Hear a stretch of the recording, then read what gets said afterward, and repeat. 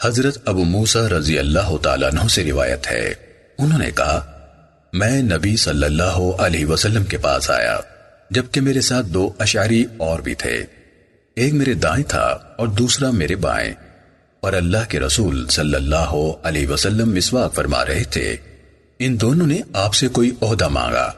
میں نے کہا قسم اس ذات کی جس نے آپ کو سچا نبی بنا کر بھیجا، انہوں نے مجھے اپنے دلی ارادے سے مطلع نہیں کیا اور نہ مجھے اندازہ ہی تھا کہ یہ کوئی عہدہ مانگیں گے۔ مجھے یوں لگتا ہے کہ میں اب بھی دیکھ رہا ہوں کہ آپ کی مسواک آپ کے ہونٹ مبارک کے نیچے ہے اور ہونٹ سکڑا ہوا ہے۔ آپ نے فرمایا تحقیق ہم سرکاری منصب پر کسی ایسے شخص کا تعاون حاصل نہیں کرتے یا ہرگز نہیں کریں گے جو اس کا طلبکار ہو، لیکن اے ابو موسیٰ تو عہدے پر جا۔ پھر آپ نے انہیں یعنی ابو موسیٰ کو حاکم بنا کر یمن بھیج دیا۔ پھر آپ صلی اللہ علیہ وسلم نے ان کے پیچھے حضرت معاذ بن جبل رضی اللہ تعالیٰ عنہ کو بھی بھیج دیا۔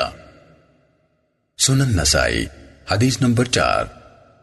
حضرت عائشہ رضی اللہ تعالیٰ عنہ سے روایت ہے، نبی صلی اللہ علیہ وسلم نے فرمایا مسواک منہ کی صفائی و پاکیزگی اور رب تعالیٰ کی رضامندی کا ذریعہ ہے۔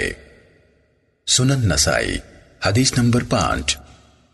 حضرت انس بن مالک رضی اللہ تعالیٰ عنہ سے روایت ہے، رسول اللہ صلی اللہ علیہ وسلم نے فرمایا تحقیق میں نے مسواک کے بارے میں تمہیں بہت تاکید کی ہے۔